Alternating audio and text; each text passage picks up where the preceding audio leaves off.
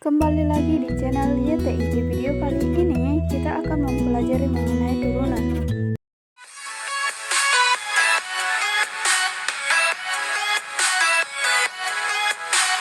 Gradien garis singgung pada sebuah fungsi f(x) merupakan turunan pertama dari fungsi tersebut, atau dapat ditulis seperti ini. Misalnya, nilai gradien garis singgung G pada titik XA fxa dapat ditulis menjadi seperti ini. Oke, langkah-langkah untuk menentukan nilai gradien suatu fungsi fx di suatu titik. Yang pertama, cari turunan pertama dari fungsi fx tersebut. Yang kedua, substitusikan nilai absis x. Hasil substitusi ini adalah nilai gradien pada absis tersebut. Untuk persamaan umum garis yang melalui titik x1, y1 dan bergradien m, yaitu y dikurang y1 sama dengan m dikali x dikurang x1.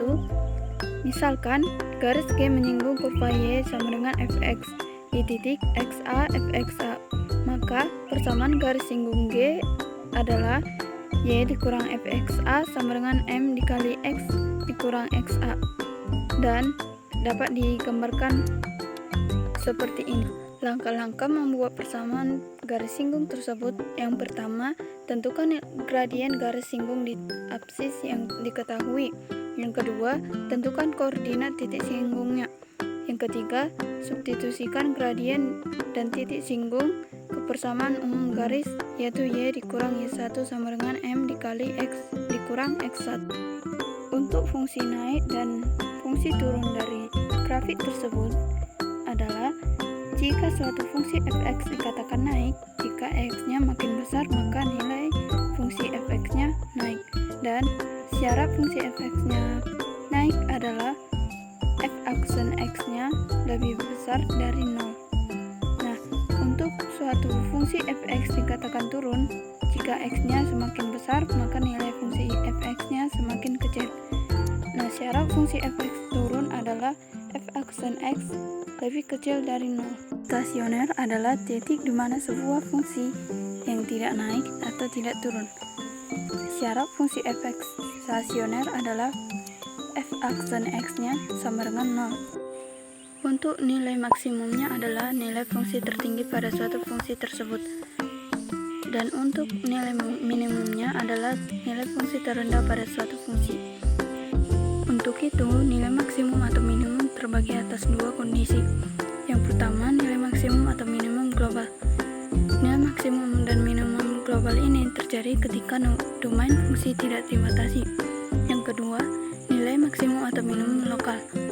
Nilai maksimum atau nilai minimum lokal ini terjadi ketika domain fungsi dibatasi oleh suatu interval tertentu. Fungsi cekung bawah pada turunan yang kedua adalah nilai gradien singgungnya dari kiri ke kanan makin kecil. Yang kedua, syarat fungsi fx cekungnya cekung ke bawah adalah f aksen 2x lebih kecil dari 0. Untuk fungsi cekung atasnya adalah yang pertama, nilai gradien garis singgungnya dari kiri ke kanan makin besar. Yang kedua, syarat fungsi fx cekung ke atas adalah f aksen 2x lebih besar dari 0.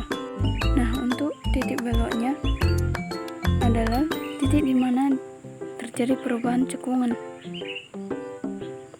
Syarat titik belok pada fungsi fx adalah f aksen 2x sama dengan 0. Langkah-langkah menyelesaikan soal aplikasi turunan adalah yang pertama, catatlah informasi penting yang berada di dalam soal. Yang kedua, rumuskan pertanyaan soal menjadi sebuah fungsi. Yang ketiga, tentukan nilai yang diminta oleh soal dengan menerapkan konsep turunan. Sekarang kita masuk ke contoh soal. Nah, sebuah fungsi peluru ditembakkan ke atas.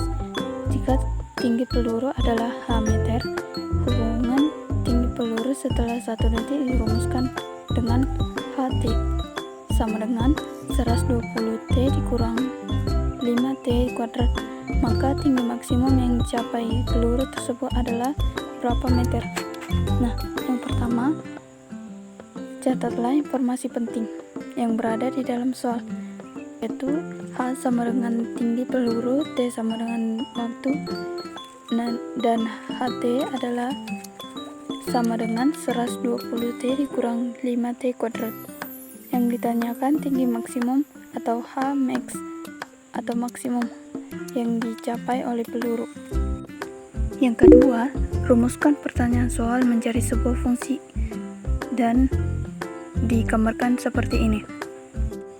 Yang ketiga, tentukan nilai yang diminta oleh soal dengan menerapkan konsep turunan. Nah, HT mencapai maksimum saat fungsinya stasioner. Syarat fungsi stasioner adalah f aksen x-nya sama dengan 0. Sehingga seperti ini. Nah, perhatikan T saat peluru tersebut mencapai titik maksimum. Untuk mendapatkan ketinggian maksimum, maka substitusikan nilai T-nya ke fungsi dan menjadi seperti ini. HT-nya sama dengan 120T dikurang 5T kuadrat sama dengan 120 dikali 12 dikurang 5 dikali 12 kuadrat. Nah, jadi H12-nya adalah 720 meter. Oke, sampai di sini dulu. Di video selanjutnya kita akan membahas soal-soal turunan. Jika ada perkataan yang kurang, mohon dimaafkan. Dan jangan lupa subscribe, like, dan share ke teman-teman kalian juga ya. Terima kasih.